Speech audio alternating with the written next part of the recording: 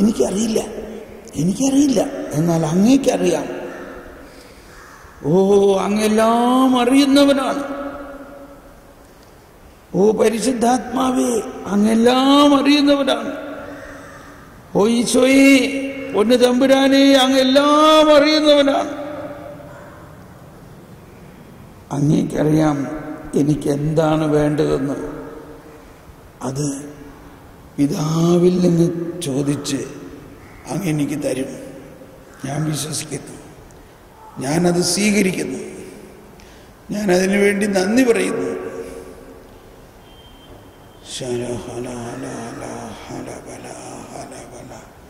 ഒന്ന് സ്തുതിക്കാം. യേശുവേ സ്തോത്രം, യേശുവേ നന്ദി, യേശുവേ സ്തോത്രം, യേശുവേ നന്ദി, യേശുവേ സ്തോത്രം, യേശുവേ നന്ദി, യേശുവേ നന്ദി, യേശുവേ നന്ദി, പിതാവേ നന്ദി, നന്ദി യേശുവേ. യേശുവേ, അങ്ങ് എനിക്ക് വേണ്ടി പ്രാർത്ഥിക്കുന്നു. പരിശുദ്ധാത്മാവേ, അങ്ങ് എനിക്ക് വേണ്ടി പ്രാർത്ഥിക്കുന്നു, അങ്ങ് എനിക്ക് വേണ്ടി പ്രാർത്ഥിക്കുന്നു, അങ്ങ് എനിക്ക് വേണ്ടി പ്രാർത്ഥിക്കുന്നു.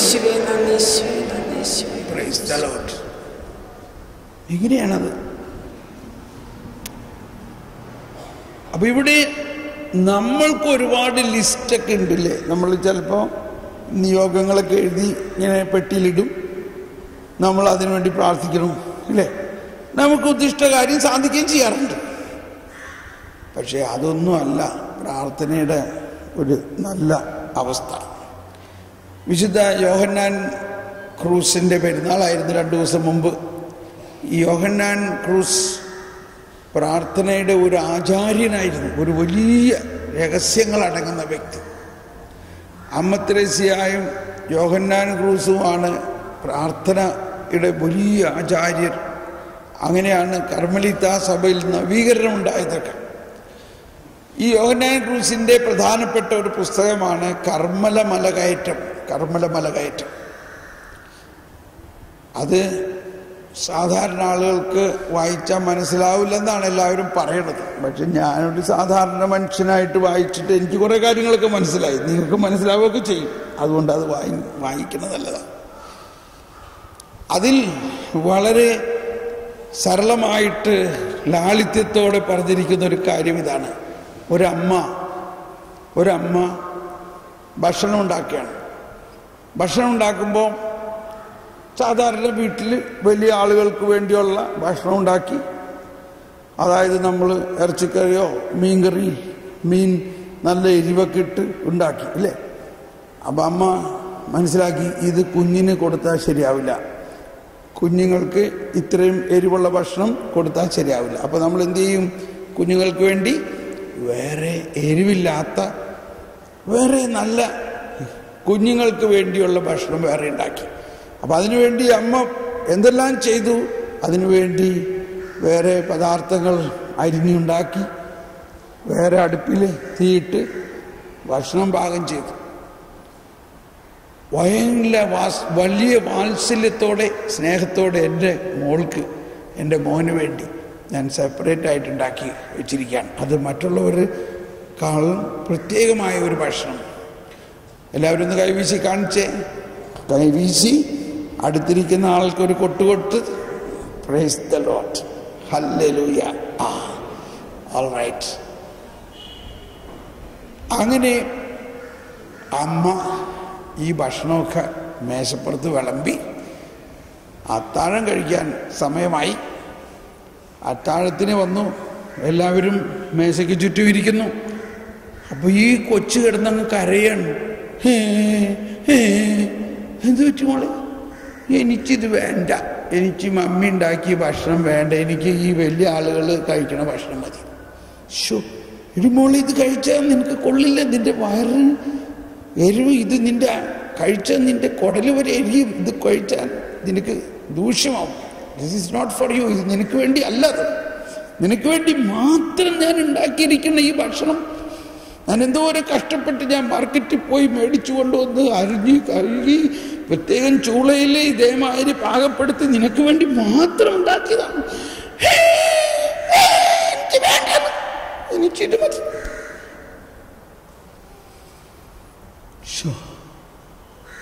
എന്തു ചെയ്യും? അമ്മയും വിഷമത്തിലായി, അപ്പനും വിഷമത്തിലായി. അതിൻ്റെ കരച്ചിൽ നിർത്തുന്നില്ല. അവസാനം അപ്പൻ പറഞ്ഞു, എന്നാൽ അത് ചോദിക്കുന്നത് കൊടുക്ക്, അത് ചോദിക്കുന്നത് കൊടുക്ക്, സമാധാനാവട്ടെ. കാര്യം മനസ്സിലായോ? കാര്യം മനസ്സിലായോ? നമ്മളുടെ പ്രാർത്ഥന കേട്ടോ? കൊച്ചിൻ്റെ പ്രാർത്ഥന കേട്ടോ ഇല്ലയോ? കൊച്ചിൻ്റെ പ്രാർത്ഥന കേട്ടു. കൊച്ചു ചോദിച്ചത് കിട്ടി. യോഹന്നാൻ ക്രൂസ് പ്രാർത്ഥനയുടെ ഏറ്റവും വലിയ സഭയുടെ ആചാര്യനായ യോഹന്നാൻ ക്രൂസ് പറയുകയാണ്, ഇങ്ങനെയാണ് നമ്മളിൽ അധികം പേരുടെയും പ്രാർത്ഥനകൾ. അതായത് നമ്മൾ ചോദിക്കുന്നതിന് മുമ്പ് തന്നെ, ഈശോ പറയാണ്, നിങ്ങൾ ചോദിക്കുന്നതിന് മുൻപ് തന്നെ നിങ്ങളുടെ പിതാവിനറിയാം നിങ്ങൾക്ക് എന്താണ് ആവശ്യമെന്ന്. എനിക്ക് അത്ഭുതകരമായ അനുഭവമാണ് ഇങ്ങനെ പ്രാർത്ഥിക്കുമ്പോൾ. ഞാനിത് തന്നെ വെച്ചാൽ പ്രാർത്ഥിക്കട്ടെ, പിതാവേ ഞാനൊന്നും ചോദിക്കുന്നില്ല. കാരണം എനിക്കറിയാം എൻ്റെ ഈ മണ്ടയിൽ അല്ലെങ്കിൽ ഈ ബുദ്ധിയിൽ ഉരുവാകുന്ന ആശയങ്ങളും ആഗ്രഹങ്ങളെക്കാൾ വലിയ കാര്യങ്ങളാണ് അങ്ങയുടെ മനസ്സിൽ അങ്ങയുടെ പദ്ധതി അനുസരിച്ച് എനിക്ക് വേണ്ടി അങ്ങ് തയ്യാറാക്കി വെച്ചിരിക്കുന്നത്. അങ്ങ് തയ്യാറാക്കി വെച്ചിരിക്കുകയാണ് എനിക്ക് വേണ്ടി പലതും. അതെനിക്ക് തന്നാൽ മതി. ദൈവത്തിന് സന്തോഷമായി, പരിശുദ്ധാത്മാവിന് സന്തോഷമായി, ഈശോന് സന്തോഷമായി. അവർ ഓടി നടന്ന് അത് നമുക്ക് തരികയാണ്.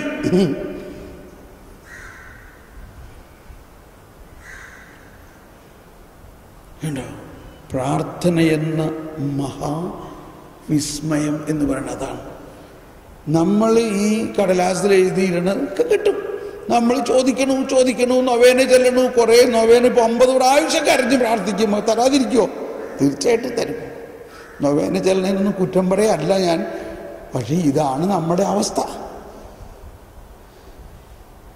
എന്നാൽ ഈ ചോദിക്കുന്ന കാര്യങ്ങളെല്ലാം എന്താണ്? ഭൗതികമായ കാര്യങ്ങളാണ്. നമ്മൾ ദൈവിക രഹസ്യങ്ങളെക്കുറിച്ചോ സ്വർഗരാജ്യത്തിൽ എങ്ങനെയാണ് നിങ്ങളുടെ ജീവിതം,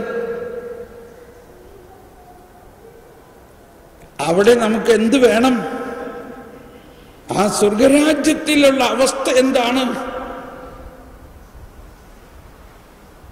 അതൊന്നും നമ്മൾ ചോദിക്കുന്നില്ല. നമ്മൾ ചോദിക്കുന്നത് ഇവിടുത്തെ ജീവിതത്തെ ലക്ഷ്യം വെച്ചുകൊണ്ടാണ്.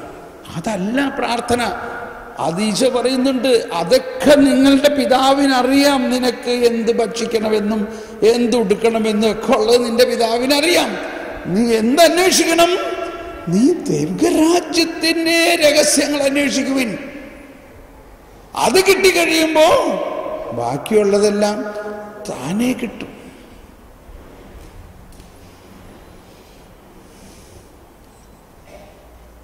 അബദ്ധമായോ ഈ കൺവെൻഷൻ വന്നത്? അബദ്ധമായോ?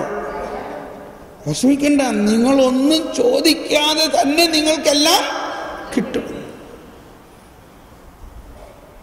നമ്മൾ ദൈവം എന്ന് പറയുന്നത് ഒരു മെഷ്യൻ. ഇങ്ങനെ നമ്മൾ ചോദിക്കണതൊക്കെ ഉടനെ തരണ ഒരു മെഷ്യനല്ല ദൈവം.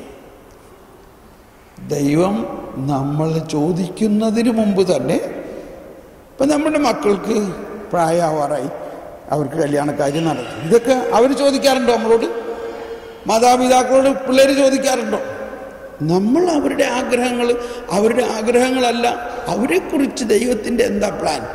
അവരിത്ര വയസ്സായി, അതുകൊണ്ട് അവർ ഇന്നത് പഠിപ്പിക്കണം, അവർക്ക് ഇത്ര വയസ്സായി, അവരുടെ കല്യാണം നടത്തി കൊടുക്കണം. ഇതൊക്കെ മാതാപിതാക്കളായ നമ്മൾ പ്ലാൻ ചെയ്തിരിക്കുകയാണ്. എന്ന പോലെ ദൈവപിതാവ് നമ്മളെക്കുറിച്ച് ഒരുപാട് സ്വപ്നങ്ങളും പദ്ധതികളുമായിട്ടാണ് ഇരിക്കുന്നത്. ഈ സ്വപ്നങ്ങളും പദ്ധതികളുമെല്ലാം പരാജയപ്പെടുത്തിക്കൊണ്ട് നമ്മൾ കരച്ചിലോട് കരച്ചിൽ, നമ്മൾ ഉദ്ദിഷ്ട കാര്യം സാധിച്ചേ തീരും. ഇപ്പൊ നമുക്ക് തോന്നുന്നു, ഈശോ പറഞ്ഞിട്ടുണ്ടല്ലോ, ചോദിക്കുവിൻ തരപ്പെടും, അന്വേഷിപ്പിൻ. അപ്പൊ എന്ത് ചോദിക്കാനാണെന്ന് അതിന്റെ അവസാനം എഴുതിയിട്ടുണ്ട്, നിങ്ങൾ പരിശുദ്ധാത്മാവിനെ വേണ്ടി ചോദിക്കുവിൻ. ചോദിക്കുന്നവർക്ക് എത്രമാത്രം പരിശുദ്ധാത്മാവിന്റെ ദാനങ്ങൾ നൽകുകയില്ല. പക്ഷെ നമ്മൾ ചോദിക്കുന്നതെല്ലാം ഭൗതികമായ കല്ലും കുമ്മായവും മണ്ണുമാണ് ചോദിക്കുന്നത് മുഴുവൻ. ഭൗതികമായ നേട്ടങ്ങളാണ് നമ്മൾ ചോദിക്കുന്നത് മുഴുവനും. അതെല്ലാം നമുക്ക് കിട്ടുന്നുണ്ട്. നമുക്ക് ചുറ്റും വലിയ വലിയ കെട്ടിടങ്ങളും വലിയ മന്ദിരങ്ങളും ഒക്കെയാണ്. ജെറുസലേം ദേവാലയം തന്നെ ഇത്രയും മനോഹരമായി പണിതുയർത്തിയ ദേവാലയം കല്ലിന്മേൽ കല്ല് ശേഷിച്ചില്ല. വീണ്ടും ദേവാലയം പണിതു. അതായത് ദാവീദ് രാജാവിന് കിട്ടിയ സന്ദേശമനുസരിച്ച് സോളമൻ പണിത വലിയ ബൃഹത്തായ ആ ജെറുസലേം ദേവാലയം ബാബിലോണിയൻ പ്രവാസകാലത്ത് നെബൂഖദ്നേസർ രാജാവും കൂട്ടരും തകർത്തു. അതിനുശേഷം അനേകം സംവത്സരങ്ങൾ കഴിഞ്ഞിട്ട് ഹഗ്ഗായിയുടെ കാലത്തെല്ലാം പണിയുവിൻ, നീ പണിയുവിൻ ഹഗ്ഗായിൽ പറയുന്നത് വീണ്ടും ജെറുസലേം ദേവാലയം പണിയണം എന്നും. പക്ഷേ അവസാനം യേശുവിന് ഏകദേശം കുറച്ച് വർഷങ്ങൾക്ക് മുമ്പ് 46 സംവത്സരങ്ങൾ എടുത്തുകൊണ്ട് ഹെരോദേസും പണിതു യഹൂദരെ പ്രീതിപ്പെടുത്താൻ വേണ്ടി. ആ ജെറുസലേം ദേവാലയത്തിലാണ് ഈശോ ചെന്നതെല്ലാം. ആ ദേവാലയത്തിന്റെ പ്രൗഢിയിൽ അവരിങ്ങനെ മതിമറന്ന് നിൽക്കുമ്പോൾ ഈശോ പറയുകയാണ്, ഇതിൻ്റെ കല്ലിന്മേൽ കല്ല് ശേഷിക്കാതെ ഇതെല്ലാം പോകും. പോയോ? പോയി. ഇനി അതിൻ്റെ ഒരു മതിൽ മാത്രമേ ഉള്ളൂ അവിടെ. അപ്പോൾ എന്ത് തരത്തിലുള്ള ദേവാലയമാണ് കർത്താവ് പണിയാൻ ആഗ്രഹിക്കുന്നത്? മനുഷ്യന്റെ ഹൃദയം. ദൈവത്തിന് വസിക്കാൻ ഈ കല്ലും അല്ലെങ്കിൽ സ്വർണം കൊണ്ടുള്ള ദേവാലയമാണോ വേണ്ടത്, അതോ മനുഷ്യന്റെ ഹൃദയമാകുന്ന ദേവാലയമാണോ വേണ്ടത്? മനുഷ്യ ഹൃദയമാണ്. ദൈവം ഈ ഹൃദയത്തിൽ വസിക്കുന്ന ദൈവം. നമ്മുടെ ഹൃദയമാകുന്ന സക്രാരിയിൽ നമ്മുടെ പ്രാർത്ഥനാമുറിയും കാണും. ആ അർത്ഥത്തിലാണ് ഈശോ പറഞ്ഞത്, നീ പ്രാർത്ഥിക്കുമ്പോൾ നിന്റെ മുറിയിൽ കടന്ന് കതകടയ്ക്കുക. പണ്ടൊക്കെ ഞാൻ വിചാരിച്ചിരുന്നത് എൻ്റെ വീട്ടിൽ ഒരു ചെറിയ മുറിയിൽ പോയി കതകടച്ച് പ്രാർത്ഥിക്കണതാണ്. പിന്നെയല്ലേ മനസ്സിലായത്, എൻ്റെ ഈശോയെ, ഇത് അങ്ങനെയുള്ള ഒരു കല്ലും കുമ്മായത്തിൻ്റെ മുറിയിലല്ല, എൻ്റെ ഹൃദയമാകുന്ന മുറിയിൽ പിതാവ്, ഈശോ, പരിശുദ്ധാത്മാവ് അവരെല്ലാം ഇവിടെയുണ്ട്. ഒന്ന് കൈവീശി കാണിച്ചേ. യേശുവേ സ്തോത്രം, യേശുവേ നന്ദി. ഞാൻ എല്ലാ ധ്യാനത്തിലും പറയാറുള്ള ഒരു കാര്യമാണ്, നമ്മുടെ നാട്ടിൽ ധ്യാനങ്ങൾക്ക് സഹോദരിമാരാണ് കൂടുതൽ വരണത്. കണ്ടോ, സഹോദരന്മാർ വളരെ. എന്തുകൊണ്ടാണ്? എങ്ങനെയെങ്കിലും ഒരു ദിവസം ആ അടുക്കളയിൽ നിന്ന് ഒന്ന് രക്ഷപ്പെട്ട് ഇവിടെ വന്ന് സുഖമായിട്ടിരിക്കാമല്ലോ.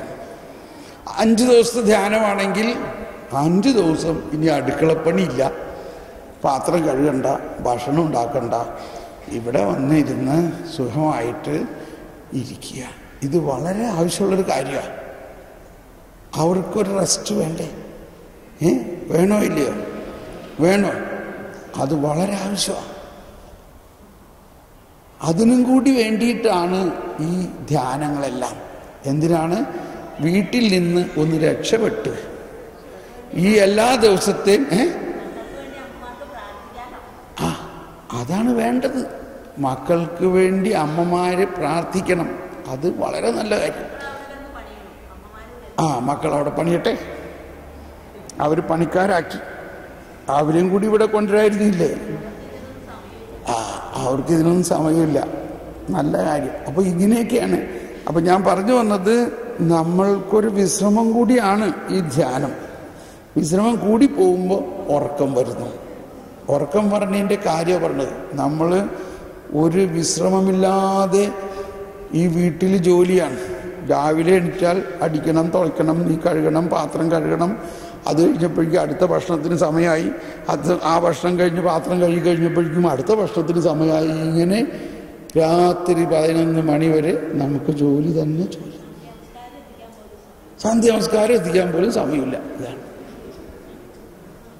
ഇതിൽ നിന്ന് ഈ അമ്മമാർക്ക് ഒരു സമാധാനം കിട്ടാൻ വേണ്ടിയുള്ളൊരു പരിപാടി കൂടിയാണ് ഈ ധ്യാനങ്ങൾ. എന്തു പറഞ്ഞു? കർത്താവിൻ്റെ പരിപാടി നോക്കിയില്ലേ? അപ്പം 5 ദിവസത്തേക്കൊക്കെ നിങ്ങൾ ഇടയ്ക്കിടയ്ക്ക് പോകണം. എന്തിനാ? ധ്യാനം കൂടാൻ മാത്രമല്ല, ഒന്ന് വിശ്രമിക്കാൻ, ഒന്ന് ഈ വീട്ടിൽ നിന്ന് മാറി നിൽക്കാൻ, ഒന്ന് ഈ ചട്ടിയും കലത്തിൽ നിന്ന് മാറണം, ചട്ടിയും കലത്തിൻ്റെ നിന്ന് മാറി, അടുക്കളയിൽ നിന്ന് മാറി വേറൊരു സാഹചര്യം. അതിനാണ് റിട്രീറ്റ്. റിട്രീറ്റ് എന്ന് പറയുന്നതിൻ്റെ അർത്ഥം പുറോട്ട് വരുവിൻ, നിന്റെ ഈ പ്രവർത്തന മണ്ഡലം ഉപേക്ഷിച്ച് മറ്റൊരു സ്ഥലത്തേക്ക് പോവുക. ഈശോ തന്നെ പറഞ്ഞില്ലേ, നമുക്ക് നിങ്ങൾ ഒരു വിജന സ്ഥലത്ത് പോയി വിശ്രമിക്കുവിൻ. അവിടെ പോയ കാര്യം പിന്നെ നമുക്ക് നോക്കാം, പോയിട്ട് എന്ത് സംഭവിച്ചു. വിശ്രമിക്കാൻ പോയിട്ട് എന്ത് സംഭവിച്ചു? എന്നോട് എൻ്റെ അപ്പൻ ജീവിച്ചിരുന്ന കാലത്ത് പ്രത്യേകം പറയും, നീ ഇത്രയും ഓടി നടന്ന് ചെയ്യരുത്, കുറച്ച് സമയം വിശ്രമിക്കണം. കർത്താവ് തന്നെ പറഞ്ഞിട്ടുള്ളതാണ് നമുക്ക് പോയി വിശ്രമിക്കാം. അത് കേട്ടപ്പോൾ പ്രത്യേകിച്ച് അപ്പനത് പറഞ്ഞപ്പോൾ ഞാൻ വിചാരിച്ചു, ചേട്ടാ ഇത് ശരിയാണല്ലോ. എന്നിട്ട് അതിൻ്റെ അടുത്ത ആഴ്ചയിലത്തെ ധ്യാനം നടക്കുന്ന സ്ഥലത്ത് അവരോട് ഞാൻ പറഞ്ഞു, ധ്യാനം കഴിഞ്ഞിട്ട് ഒരു ദിവസം ഞാൻ അവിടെ തന്നെ തങ്ങി വിശ്രമിക്കാൻ പോവുകയാണ്. അതുകൊണ്ട് നിങ്ങൾ അതിനും കൂടിയുള്ള സൗകര്യം ചെയ്തു തരണം. അയ്യോ, വളരെ നല്ല കാര്യം, ബ്രദർ വിശ്രമിച്ചോ? അപ്പോൾ ഞങ്ങൾ ടീമെല്ലാം ഒരു ദിവസം അവിടെ തങ്ങാം, വിശ്രമിക്കാമെന്ന് വെച്ച്. വിശ്രമിക്കാൻ തന്നെ. കാരണം അപ്പൻ പറഞ്ഞ വചനം എന്താ? കർത്താവ് തന്നെ പറഞ്ഞിരിക്കുന്നു, വരുവിൻ നമുക്ക് ഒരു വിജന സ്ഥലത്ത് പോയി വിശ്രമിക്കാം. അങ്ങനെ സാധാരണ വെളുപ്പിന് എണിക്കണതിന് പകരം ഞാൻ അന്ന് വെളുപ്പിന് എണിക്കണ്ടെന്ന് വെച്ച് അലാറം കട്ട് ചെയ്ത്, അലാറം വെച്ചില്ല. പക്ഷേ ഒരു 5:30 ആയപ്പോൾ ഒരു മുട്ട് എന്താണാവോ? അപ്പോൾ ഞാൻ ഇപ്പോൾ പെട്ടെന്ന് ഉറക്കത്തിൽ നിന്നിട്ട് അങ്ങ് ചാടാൻ പറ്റില്ല. അല്ല, മുഖം കഴുകി വസ്ത്രമൊക്കെ ഉടുത്ത് കതക് തുറന്നപ്പോൾ ഒരാൾ പറയും, സാറേ വേറെ ആർക്കും അറിഞ്ഞൂടാ, എനിക്ക് മാത്രമേ അറിയുള്ളൂ സാർ ഇവിടെ ഉണ്ടെന്ന്. ഒരു അർജൻറ്റ് കേസാണ്, ഒരു ക്യാൻസർ രോഗിക്ക് വേണ്ടി ഒന്ന് പ്രാർത്ഥിക്കണം. ഇപ്പം ഇനി വല്ലതും പറയാൻ പറ്റുമോ? ഞാൻ പറഞ്ഞു തീർച്ചയായിട്ടും പ്രാർത്ഥിക്കാം. അത് കഴിഞ്ഞു. അങ്ങനെ 1.5 മണിക്കൂർ ആ പ്രാർത്ഥന കഴിഞ്ഞ്, അത് കഴിഞ്ഞ് കുറച്ച് കൂടി വിശ്രമിക്കാമെന്ന് വെച്ച് കിടന്നപ്പോഴേക്കും വേറൊരാൾ, അയാളും പറയാണ്, വേറെ ആർക്കും അറിഞ്ഞൂടാ, എനിക്ക് മാത്രമേ അറിഞ്ഞുള്ളൂ സാർ ഇവിടെ ഉണ്ടെന്ന്. എന്തിനു പറയുന്നു? ആ ദിവസം മുഴുവനും ഇങ്ങനെ ഓരോരുത്തർ വന്നു. നമുക്ക് ബുദ്ധിമുട്ടൊന്നുമില്ല, നമ്മൾ കർത്താവിന് വേണ്ടിയാണ്. പക്ഷെ അപ്പം ഞാൻ ആലോചിച്ചു, ആ വചനത്തിൻ്റെ അർത്ഥം എന്താണെന്ന് ആ വചനം എടുത്ത് രണ്ടാമതൊന്ന് വായിച്ചു. കർത്താവ് പറഞ്ഞു നമുക്ക് അക്കരെ പോയി വിശ്രമിക്കാം. അപ്പോൾ വായിച്ചപ്പോഴല്ലേ കാര്യം മനസ്സിലായത്. അവരവിടെ ചെന്ന് കഴിഞ്ഞപ്പോൾ എന്ത് സംഭവിച്ചു? അവരവിടെ എത്തുന്നതിന് മുമ്പ് കരവഴിക്ക് നിറച്ച ആളുകൾ അവിടെ ചെന്നു. അവിടെ ചെന്ന് കഴിഞ്ഞ് ഇവർ വിശ്രമിക്കാൻ വേണ്ടി ചെന്നപ്പോ ജനക്കൂട്ടങ്ങളെ കണ്ടിട്ട് അവൻ അനുകമ്പ തോന്നി. അവൻ വചനപ്രഘോഷണം ആരംഭിച്ചു. എന്ന് മാത്രമല്ല, അത് കഴിഞ്ഞപ്പോൾ അപ്പോസ്തലന്മാരോട് പറയാണ്, ഇവരെ ഇങ്ങനെ വെറുതെ വിട്ടാൽ ശരിയാവില്ല, അവർക്ക് ഭക്ഷണം കൊടുക്കണം. ഇത്രായിരം ആളുകൾക്ക് ഭക്ഷണം കൊടുക്കാൻ എവിടെ നിന്ന് ഭക്ഷണം കിട്ടും? അവരോട് ഇരിക്കാൻ പറയും. എന്തിനു പറയുന്നു? ഇത്രായിരം ആളുകൾക്ക് ഭക്ഷണം വിളമ്പുകയും അത് കഴിഞ്ഞ് അവർ കുശാലായിട്ട് ഭക്ഷണം കഴിച്ചു പോയി. അത് കഴിഞ്ഞ് അവിടെ കിടക്കണ അപ്പം മുഴുവനും വാരി കൊട്ടയിലാക്കുക, അവിടെ വൃത്തിയാക്കുക. ആ കൊട്ടയും ചുമന്നുകൊണ്ട് 12 പേര് പോവുകയാണ്. വിശ്രമിക്കാൻ പോയതാ. മനസ്സിലാവുന്നുണ്ടോ? പക്ഷെ നിങ്ങൾ വിശ്രമിച്ചോട്ടോ. ഇപ്പം ഞാൻ ടോപ്പിക്ക് മാറിപ്പോയ മാതിരിയില്ലേ? ഓക്കെ. അപ്പോൾ നമ്മളുടെ ജീവിതത്തിൽ കുറേ വിശ്രമം വേണം. കുറേ എപ്പോഴും ഈ ജോലി മാത്രമായിട്ടിരിക്കുകയാണെങ്കിൽ നമ്മളങ്ങ് മുരടിച്ചു പോകും. അതിനാണ് ഇടയ്ക്ക് ഇങ്ങനെയുള്ള കൺവെൻഷനും ധ്യാനങ്ങൾക്കും നിങ്ങൾ വരണം, കുറച്ച് നേരം വിശ്രമിക്കണം, കുറച്ച് നേരം ഇവിടെ ഇരുന്ന് ഉറങ്ങിക്കോ, ഒരു വിരോധമില്ല. ഉറങ്ങുമ്പോഴും കർത്താവിൻ്റെ വചനം നിങ്ങളിൽ കയറും എന്നാണ് എൻ്റെ പ്രാർത്ഥന. Price the Lord. ഒന്ന് എഴുന്നേറ്റ് നിന്നിട്ടൊന്ന് കരം ഉയർത്തി ഒന്ന് സ്തുതിക്കാം. യേശുവേ സ്തോത്രം, യേശുവേ നന്ദി. എല്ലാവരും ഒന്ന് കൈയടിച്ച് സ്തുതിക്കാം.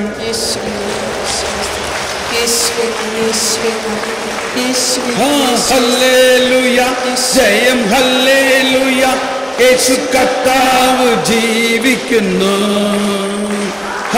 ഹല്ലേലൂയ, ജയം ഹല്ലേലൂയ, യേശു കർത്താവ് ജീവിക്കുന്നു. യേശു ക്രിസ്തു എന്നും ജീവിക്കുന്നു, എൻ ഹൃദയത്തിലും ജീവിക്കുന്നു. യേശു ക്രിസ്തു എന്നും ജീവിക്കുന്നു, എൻ ഹൃദയത്തിലും ജീവിക്കുന്നു. നിന്നെ പിരിഞ്ഞൊരു ജീവിതമില്ല, എല്ലാം എന്നേശുവത്രേ. ഹല്ലേലൂയ, ജയം ഹല്ലേലൂയ, യേശു കർത്താവ് ജീവിക്കുന്നു. ഹല്ലേലൂയ, ജയം ഹല്ലേലൂയ, യേശു കർത്താവ് പ്രാർത്ഥിക്കുന്നു.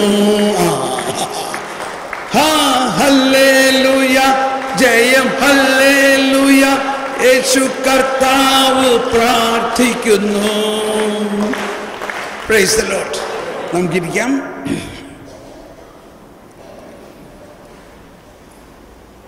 ഈശോ പറഞ്ഞു, ആദ്യം നിങ്ങൾ എന്തന്വേഷിക്കണം? അവിടുത്തെ രാജ്യം, അവിടുത്തെ നീതി.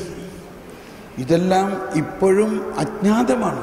എന്താണ് അവിടുത്തെ രാജ്യം, എന്താണ് അവിടുത്തെ നീതി എന്നുള്ളതിന് നമ്മുടെ ഒരു 5 ദിവസത്തെ ധ്യാനം കൂടണം അത് മനസ്സിലാകാൻ. അല്ലെങ്കിൽ 9 ദിവസത്തെ ധ്യാനം കൂടുകയാണെങ്കിൽ കൂടുതൽ മനസ്സിലാവും എന്താണ് ഈ ദൈവനീതി. ഒരു ചെറിയ ആശയം പറയുകയാണെങ്കിൽ, ഇപ്പോൾ കരുണയുടെ വർഷം എന്ന് പറഞ്ഞാൽ ഒരു വിഭാഗം ആളുകൾ ഒരുപാട് കാരുണ്യ പ്രവൃത്തികൾ ചെയ്യണം എന്നുള്ളതാണ് ഉദ്ദേശിക്കുന്നത്. അത് നല്ല കാര്യം തന്നെ, എളുപ്പം മനസ്സിലാവുന്ന കാര്യമാണ്.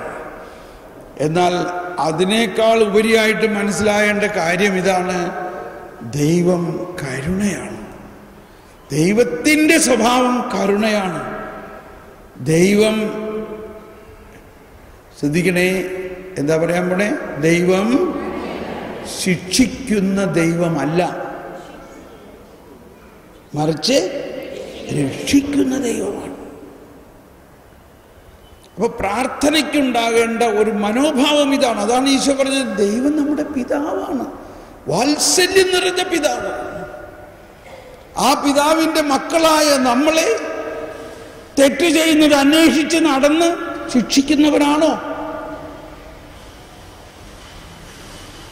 അയ്യോ, ഇങ്ങനെയൊക്കെ പറഞ്ഞാൽ ആളുകൾ ഒരുപാട് പാപം ചെയ്യില്ല എന്നുള്ളതാണ്. പക്ഷെ അപ്പൊ നമ്മൾ സത്യമല്ല പറയുന്നത്. പിശാച് നുണയനും നുണയന്റെ പിതാവ്. അതിപ്പോഴും നമ്മുടെ അകത്തുണ്ട്, ഉണ്ടോ ഇല്ലയോ? പിശാചിന്റെ ഏറ്റവും വലിയ നുണ ഇതാണ്: ദൈവം ശിക്ഷിക്കും. നീ ഇങ്ങനെയൊക്കെ ചെയ്താൽ ദൈവം ശിക്ഷിക്കും.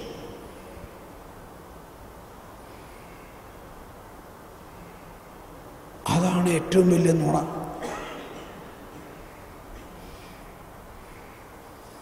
അത് നുണ എന്നതിന് വേറൊരു വാക്കെന്താ? അസത്യം, ഇല്ലേ? ആ അസത്യത്തെ മാറ്റാൻ വേണ്ടി യേശു ക്രിസ്തു ആരായി വന്നു? സത്യമായി വന്നു. യേശു ക്രിസ്തുവാണ് സത്യം. എന്താണ് സത്യം?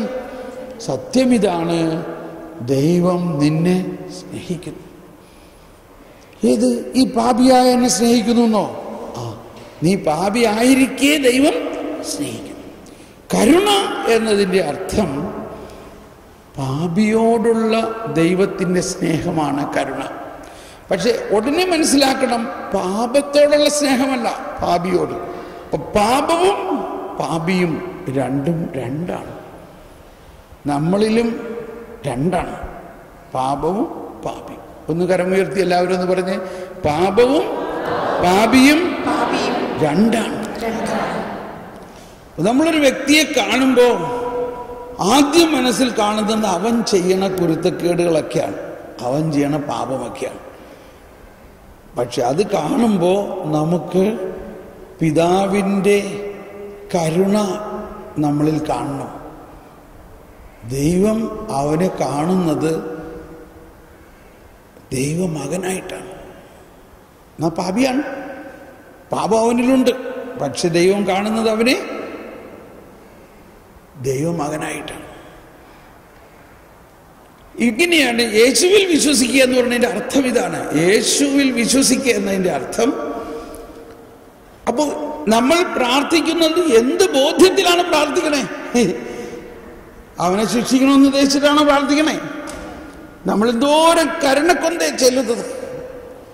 ഞാനിപ്പോൾ ചോദ്യം ചോദിക്കുന്നില്ല, ഒരുപാട് സ്ഥലത്ത് ഞാൻ ചോദിച്ചു, ഒരുപാട് കരുണക്കൊന്ത ചെല്ലുന്നവരോട് ചോദിച്ചു, എന്താ കരുണ?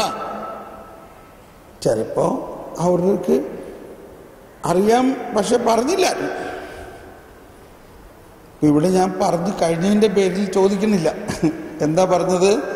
കരുണ എന്നത് ദൈവത്തിന് പാപികളോടുള്ള സ്നേഹമാണ്. ആരാ പാപികൾ? എല്ലാവരും പാപികളാണ്. പാപിയായ മനുഷ്യനെ എന്തിനാ ദൈവം സ്നേഹിക്കുന്നേ? ദൈവം സ്നേഹിക്കുന്നത്, ദൈവം തന്നെ അവനെ സൃഷ്ടിച്ചത് ദൈവത്തിന് വേണ്ടിയാണ്, ദൈവത്തിൻ്റെ ഛായയിലാണ്. അതാണ് റോമാക്കാർക്ക് ഇത് ലേഖനത്തിൽ, അല്ലെങ്കിൽ 2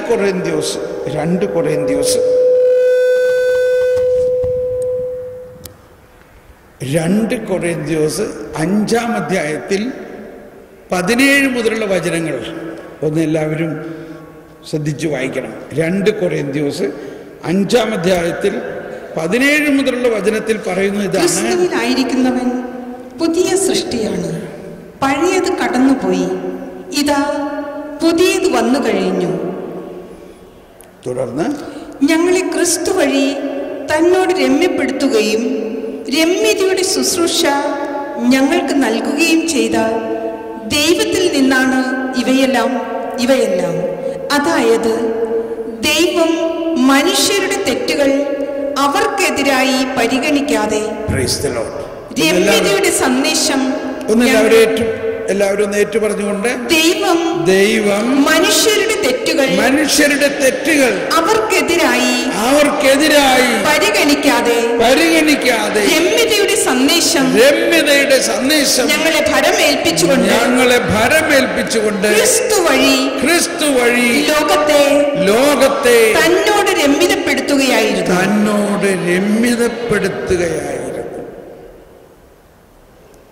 കേട്ടോ, നമ്മുടെ തെറ്റുകൾ നമുക്കെതിരെ പരിഗണിക്കുന്നില്ല.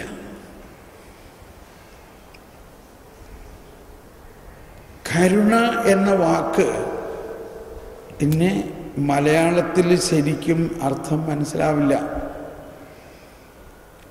മറ്റു പല ഭാഷകളിൽ ഉള്ള അതിൻ്റെ മൂലവാക്കുകൾ, ഇപ്പോൾ ലത്തീനിലും ഇറ്റാലിയൻ ഭാഷകളിലും എല്ലാം പറയുന്നൊരു വാക്ക്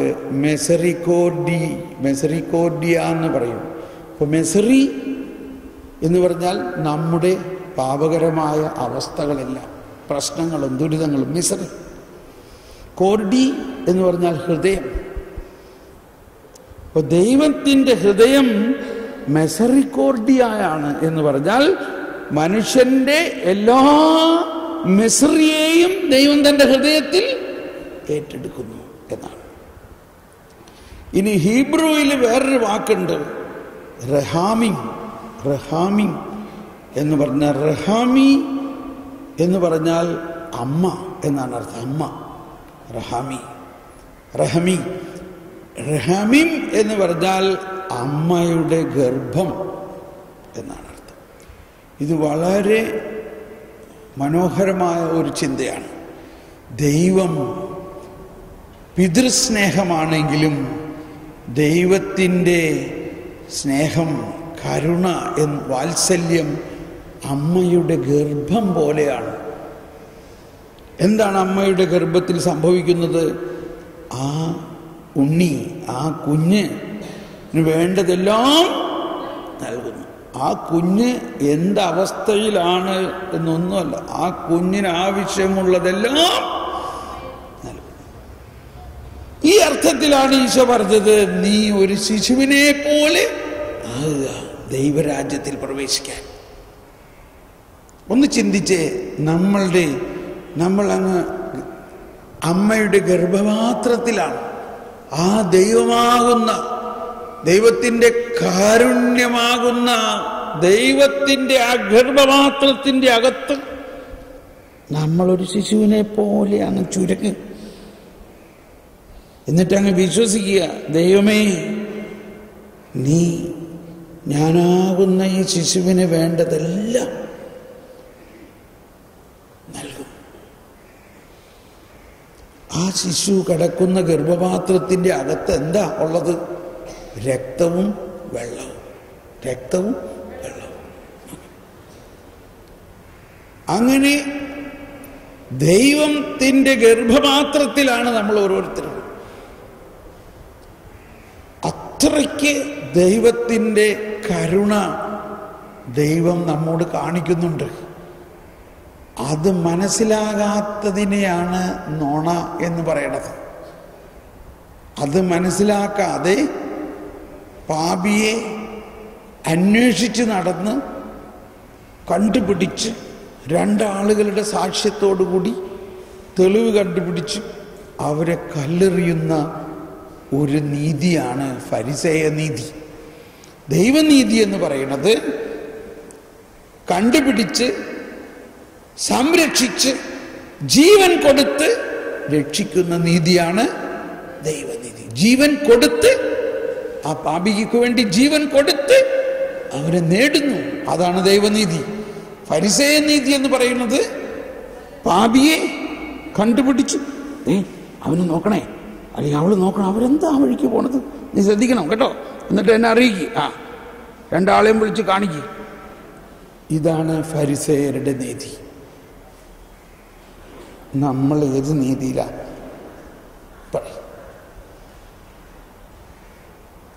നമ്മളിൽ ഈ ഫരിസേയനുണ്ടോ? നമ്മളിൽ ഈ ഫരിസേയനുണ്ടോ? ഉണ്ടോ? ഉണ്ട്. ഈശോ സുവിശേഷത്തിൽ പറയുന്നതിൽ ഒരു ത്രികോണ മത്സരമാണ്, ഒരു ത്രികോണ അവസ്ഥയാണ്, ട്രയാങ്കുലർ സിറ്റുവേഷനാണ്. ഈശോ എവിടെയെല്ലാം സുവിശേഷം പ്രഘോഷിക്കുന്നു, ഉദാഹരണത്തിന് ലൂക്കായുടെ സുവിശേഷം 15-ാം അധ്യായം വളരെ പ്രധാനപ്പെട്ട ഒരധ്യായമാണ്. അതാരംഭിക്കുന്നത് ഇങ്ങനെയാണ്: അവൻ സുവിശേഷം പ്രഘോഷിക്കാൻ തുടങ്ങിയപ്പോൾ അനേകം പാപികളും ചുങ്കക്കാരും അവന്റെ അടുത്ത് വന്നു. ചുങ്കക്കാരും പാപികളുമെല്ലാം അവന്റെ വാക്ക് കേൾക്കാൻ അടുത്ത് വന്നുകൊണ്ടിരുന്നു. ചുങ്കക്കാരും പാപികളുമെല്ലാം അവന്റെ വാക്ക് കേൾക്കാൻ അടുത്ത് കൂട്ടി. കണ്ടോ? അവര് തമ്മിൽ വല്ല പ്രശ്നമുണ്ടോ? ഈ പാപികളും ഈശോയും തമ്മിൽ വല്ല പ്രശ്നമുണ്ടോ? ഈശോയെ അവർക്ക് സ്നേഹമല്ലേ? ഈശോയ്ക്ക് അവരെ സ്നേഹമല്ലേ? എന്തുകൊണ്ടാണ് ഈ പാപികളെ ഈശോ സ്നേഹിക്കുന്നത്? യേശു വന്നിരിക്കുന്നത് അവരുടെ പാപങ്ങൾ മുഴുവനും ഏറ്റെടുക്കാനാണ്. അതുകൊണ്ട് ഈശോ അവരോട് പറഞ്ഞിട്ട് നീ ഇങ്ങനെ ചെയ്യരുത്, ഇങ്ങനെ ചെയ്യരുത്, ഇങ്ങനെ ചെയ്യരുതെന്ന് ഈശോ സുവിശേഷത്തിൽ എങ്ങും പറയുന്നില്ല. കാരണം അവർക്ക് സ്വയം അത് ചെയ്യാൻ പറ്റില്ല. ഈശോ വന്നിരിക്കുന്നത് അവരുടെ പാപങ്ങൾ ഏറ്റെടുത്ത് അതിന് പരിഹാരം ചെയ്ത് അവരെ വിശുദ്ധരാക്കാൻ വേണ്ടിയാണ്. അവിടെ വേറൊരു കൂട്ടരെന്താ പറയണേ? തുറന്നു വായിക്കാം. ഫരിസേയരും നിയമജ്ഞരും പിറുപിറുത്തു. ഇവൻ പാപികളെ സ്വീകരിക്കുകയും, ഇവൻ എന്താണ് ഈ പാപികളെ സ്വീകരിക്കുകയും അവരോട് കൂടെ ഭക്ഷണം കഴിക്കുകയും ചെയ്യും. ഇപ്പൊ നമ്മൾക്ക് കണ്ടുപിടിക്കേണ്ട ഒരു കാര്യം, ഇങ്ങനെ ഒരു ട്രയാങ്കിളാണ് ഒരുപാട് സ്ഥലത്ത് ബൈബിളിൽ കാണുക, അല്ലെങ്കിൽ സുവിശേഷത്തിൽ കാണുക. ബൈബിൾ എന്ന് പറയുമ്പോൾ പഴയ നിയമം വേറെ, പുതിയ നിയമം വേറെ. പുതിയ നിയമം ഈശോയുടെ കാലഘട്ടത്തിൽ, ഈശോ, പാപികൾ, ഫരിസേയർ. ഒന്നെല്ലാവരും കരമുയർത്തി, ഉറക്കം പോട്ടെ, എല്ലാമാണത്. ഈശോ, പാപികൾ, ഫരിസേയർ. ഇപ്പൊ ഞാൻ പണ്ട് ഇതൊക്കെ വായിച്ചിരുന്നപ്പോൾ കണ്ടോ, ആ ഫരിസേയരവന്മാരെ എന്താ ചെയ്യണ്ടേ, നമുക്ക് അവരോടൊരു വിരോധമാണ് വരുന്നത്. പക്ഷെ കാലക്രമേണ എനിക്ക് മനസ്സിലായി എൻ്റെ അവസ്ഥയും ഇതാണ്. എന്താ എൻ്റെ അവസ്ഥ? എൻ്റെ അവസ്ഥയിൽ എൻ്റെ അകത്ത് ഈശോ ഉണ്ടോ? ഉണ്ട്. എൻ്റെ അകത്തൊരു പാപിയുണ്ടോ? പാപിയുണ്ട്. പക്ഷെ എൻ്റെ പാപത്തെക്കുറിച്ച് ഈശോന് വലിയ വിഷമമൊന്നുമില്ല. കാരണം ഈശോ വന്നിരിക്കുന്നത് എൻ്റെ പാപം ഏറ്റെടുക്കാൻ. നമ്മുടെ സീറോ മലബാർ കുർബാനയിൽ 33 പ്രാവശ്യം ഇങ്ങനെ പറയുന്നുണ്ട്, അവൻ നമ്മളുടെ പാപങ്ങളും കടങ്ങളും പുറത്തു. കണ്ടോ, കുർബാന സ്വീകരണം കഴിഞ്ഞിട്ട് പ്രാർത്ഥിക്കുന്നുണ്ട്, മനുഷ്യവംശത്തിന്റെ പ്രത്യാശയായ യേശുവേ, അങ്ങ് അനുഭവിച്ച ഈ ദിവരഹസ്യങ്ങൾ ഞങ്ങൾ സ്വീകരിച്ച് ദിവരഹസ്യങ്ങൾ ശിക്ഷാവിധിക്ക് കാരണമാകാതെ ഞങ്ങളുടെ പാപങ്ങളും കടങ്ങളും പുറത്ത് നല്ല കള്ളനോടൊപ്പം സ്വർഗരാജ്യത്തിൽ നീതിമാന്മാരോടൊപ്പം നിത്യജീവൻ നിൽക്കണ്ടോ. നല്ല കള്ളന് കുർബാനയിൽ കയറി പറ്റിയിട്ടുണ്ട്. നല്ല കള്ളൻ കുർബാനയിൽ പേര് വന്നിട്ടുണ്ട്. കർത്താവേ, അവിടുത്തെ പരിശുദ്ധാത്മാവിനെ ഞങ്ങളുടെ മേൽ ഞങ്ങളുടെ പാപങ്ങളും കടകളും പുറത്ത് രാജ്യത്തിൽ നിത്യമായ പുതിയ ജീവൻ നൽകി. വിശ്വാസപൂർവ്വം ഞങ്ങൾ സ്വീകരിച്ച ദിവ്യരഹസ്യങ്ങൾ ഞങ്ങളുടെ പാപങ്ങളും കടങ്ങളും പുറത്ത് ഞങ്ങൾ സ്വർഗരാജ്യത്തിൽ പുതിയ ജീവൻ. പ്രീതി കലർന്ന യുഗാന്ത്യത്തിൽ സ്വർഗീയോർശ്ലേം നഗരത്തിൽ മാലാഖമാരൊത്തുവലം ഭാഗം നമ്മൾ കരുളട്ടെ. ഈ അടുത്ത കാലത്ത് വരെ എന്നോട് ക്ഷമിക്കണം, ഞാൻ ഇങ്ങനെ കേട്ടിരുന്നത്, അച്ഛൻ പാടുന്നത് പ്രീതി കലർന്ന യുഗാന്ത്യത്തിൽ നിന്നാണ്. ഞാൻ കേൾക്കണത് ഭീതി കലർന്ന യുഗാന്ത്യത്തിൽ. പിന്നീട് ഒരിക്കലും ഈ പുസ്തകം നോക്കി പ്രാർത്ഥിച്ചിട്ട് പോലും